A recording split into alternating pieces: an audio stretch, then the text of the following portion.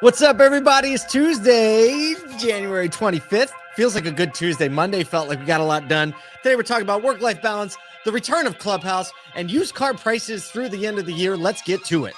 Everywhere I go, the people really want to know who I is and who I be. They stop and stare when they see me. I want to start today off with a quote from our main man, Simon Sinek. It says, "Too many people ignore opportunities because they only see danger, but entrepreneurs ignore danger because they only see opportunities." Is that true or what? He came at him. That's for sure. No, absolutely. And I've been like front row seat to my own appetite for this over the past few months, right? That's a great way to put it. It's wild. Like, even just, as I especially sit on weekends and think, like, what just happened this week, right? And the things that you just, when you're in that entrepreneurial mindset, and if you can shift to that you just start doing and acting and going, right? Things that I never done. Like yesterday, just, we were, a few weeks ago, we were like, hey, we should do a Shopify store for ASOTU. And I was like, you know what? I've never done that, but I can probably figure it out. And so you just, like, a lot of people, there's like a lot of fear around that. Googling, can I do this? Do I have the capacity? How do I get there, right? And then you get in, and if you have that entrepreneurial mindset, a lot of times when you get in, it's a lot more exciting. You learn something new. No kidding. There's, Dude, you were on fire yesterday with Shopify. It's crazy. He's like, oh, we can do this. Oh, we can do coupons in the Apple Wallet. Oh, we kept getting text messages all day as Kyle's like just making his way through the Shopify platform. It's probably worth mentioning, we're going through all this because we're about to launch a Shopify store. We're about to relaunch the website. We are launching a complete referral program for the email list. If you're not on the email list, go to ASOTU.com, and sign up for the email list, because next week we are launching the business next week. Yes. And you're going to be able to get stuff for free by referring people to the email. We're going to have stuff for purchase if you want. And we're just going to start building out this center point where dealers band together. This is like, it's about to get real. We've had conversation. We have a writing team. We have a content team on standby. We're about to ignore danger because all we see is opportunity. Right. Woo, that's a song for this week for me, no doubt. I love it. Yeah. Nathan just asked in the comments, he said, how do you overcome that fear? And I think, for me, at least, it's the excitement of knowing what's on the other side, right? Is just like, some people would classify that as fear of the unknown. I get excitement from the unknown. Like, what's the capacity that I have to learn? What's the capacity that I have to grow personally, right? From an entrepreneurial mindset. And that doesn't mean that if you're, at a dealership or in a role at a company, that like you're locked out of an entrepreneurial mindset, right? A lot of people are like, well, I'm not an entrepreneur. I'm not starting my own business. I'm not doing a new thing. But the entrepreneurial mindset, this one that Simon Sinek is talking about, is for everybody. It's like, wherever you're at, what's new? What can you learn? What can you engage with? And that's how you overcome the fear of the unknown, because you step into what is unknown. And a lot of times, like, the path is already cleared. So, I think that you're wired that way. A lot of people probably aren't, right? Probably most of the population, if you think through a disc profile, I think it's like 60 to 70% of people are high C. S's and C's, S's and C's, but S's for sure, where it's like, I just want to make sure somebody else does it first to make sure it's safe. And if you struggle with that, a lot of us do. Everybody has their own area. I always try to write down the best thing that can happen if I do, and the best thing that can happen if I don't, and then the worst thing that could happen if I do, and worst that could happen if I don't. And if I'm willing to accept the worst thing possible, in light of that, then it's a lot easier. And once you start make little bets, and then you make big bets, right? So a lot of little bets, big bets. Not as how we started, thought of starting the show, but we did. Thanks, Reformed Viking, for that's great advice. A lot of that came from bumps and bruises, and we're still trying to live it ourselves. So Clubhouse rooms are coming back next week. It's worth mentioning. If you were part of the Clubhouse community, like the OG Clubhouse community, when we started, you know how much fun we had in those rooms. We took a little break, but we have a full set of programming next week to get the community back together. On Tuesdays, we are launching our rebranded Minority Motors. Damon Lester and Barry Watson III are going to be hosting an amazing room. Show up Tuesday. We're going to, again, all the dates in the email. So sign up for the email list. Wednesday, we're getting a ASOTU pitch tank by Auto Genius. So if you want to see what's latest and greatest coming on the scenes and have it be evaluated by some of the smartest, sharpest marketers in the auto industry, right? So you can get their thoughts. That's the place to be. Thursday, Michelle Denegine is back with her Women Inspiring Automotive Room. Amazing community, amazing conversation across the industry. And Friday, we have a really fun collab. Every time. That's so true. And we got a really fun collab we're working on Friday. So Clubhouse next week's going to be the deal. Let's talk about some news, Kyle. Let's get into it. Go ahead. You want to hit the first one, or you want me to go? No, you hit it. You had the article. And a little report came out. Ally, the bank, they forecast a 15% decline in used car prices by end of year. Thanks to our friends at Automotive News for highlighting this guy.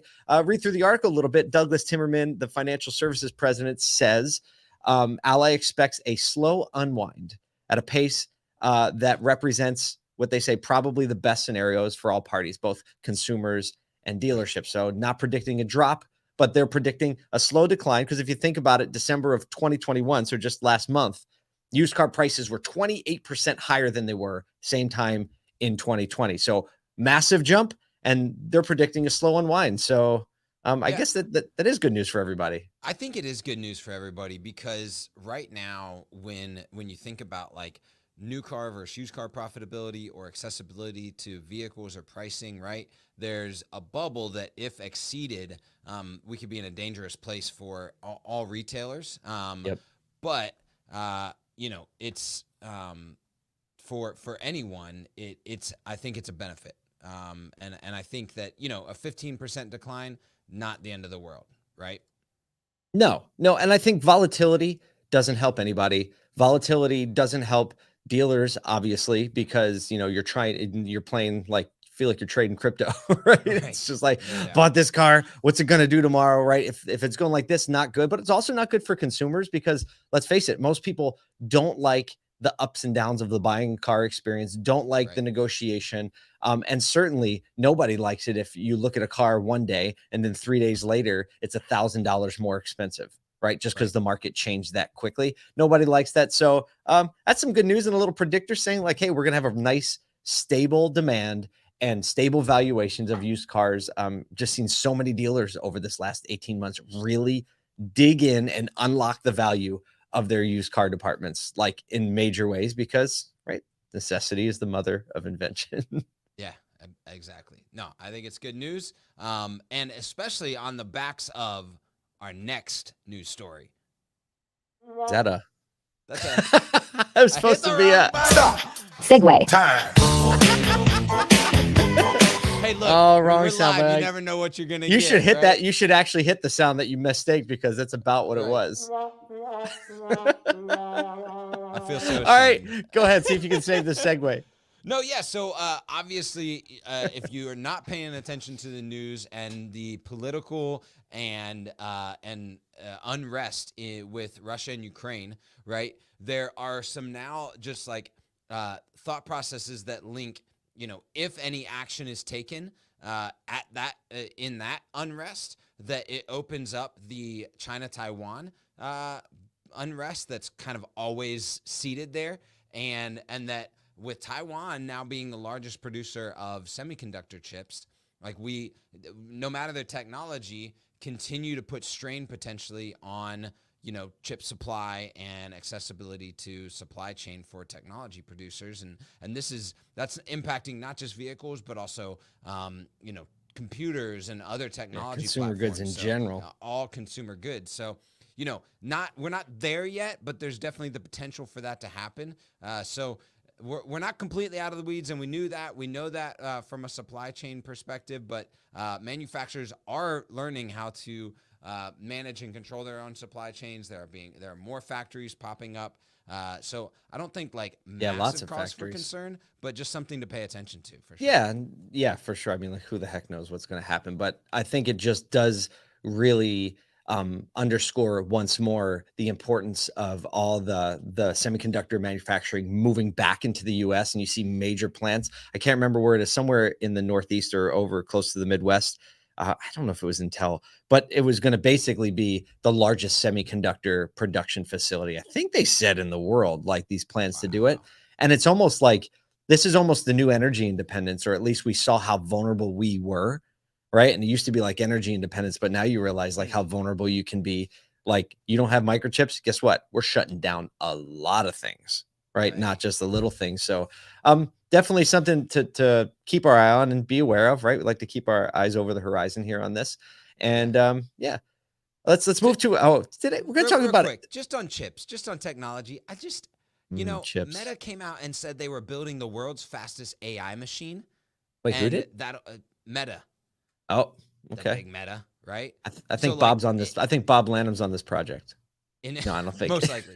In the next 6 months, we're going to see the world's fastest computing AI machine learning technology presented by a company that is pressing into the metaverse. So, yeah, if that doesn't require some level of semiconductors for others to operate within, hey, there's think about big companies also needing this. It's not just auto manufacturers. So I think there's an Oculus in our future.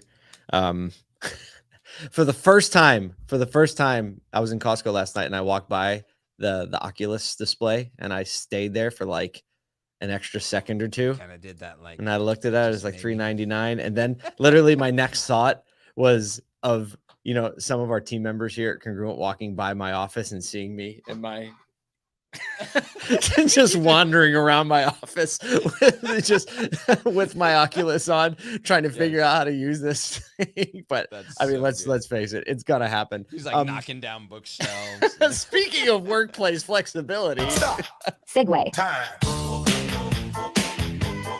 Article in the Wall Street Journal today talking about workers are caring more about flexible work schedules than remote work. 95% of people surveyed want flexible hours, compared with only 78% who want location flexibility, according to a new report from Future Forum, which is a consortium focused on reimagining the future, led by our friends at Slack.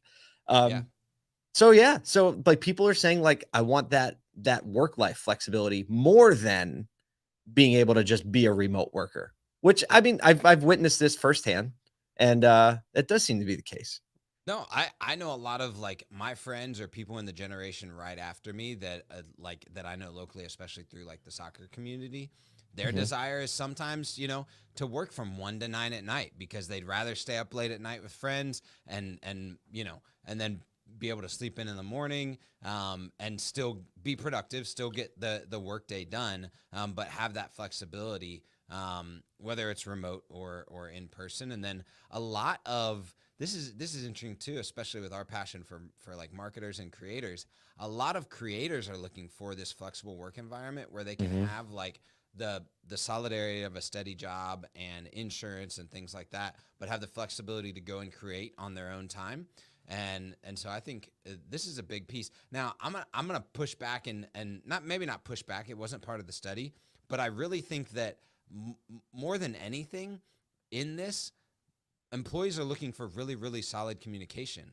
And I think that it was, for me, it was kind of probably a miss from Slack to not include that in the study because they are a communication platform for employers. But it might have been in there. Maybe it was in there and it wasn't. We'll have to look at it closer. Yeah. No, I agree with you. I've heard that several times. Right. There's nothing worse than not feeling communicated with. And like, look, you start to look, and the article went on to highlight that 72% of workers who weren't happy with their level of flexibility, whether time or location, are likely to seek out a new opportunity in the next year. So if you're a dealer, we've been in several dealers that really have gotten a great balance, right? We know automotive, what's retail, especially on the service side, right? You need a lot of stability when it comes to hours, which means you need stability as far as technicians and service advisors. But whenever you can make it flexible, the dealers we have seen that make it flexible, which is uncomfortable for a lot of dealers that have to get out, still transition out of that old mindset. Guess what? The type of people that work in that store and the demeanor and the attitude of the people when we're in there looking, observing, interacting, watching consumer interactions. Let me just tell you this. It is superior. Superior. Night and day. Yeah. So yeah, it takes a lot to get there, especially for small stores, right? On the franchise retail side and managing hours and managing communication. But the dealers that can figure that out, the ones that can like understand the people equation with communication, flexibility of work hours, maybe the capacity for remote for employees that can do that, are going to have a much better opportunity to retain those employees here over the next 12 to 18 months. For sure. Had to give a little love to this quote. Their hours to retain.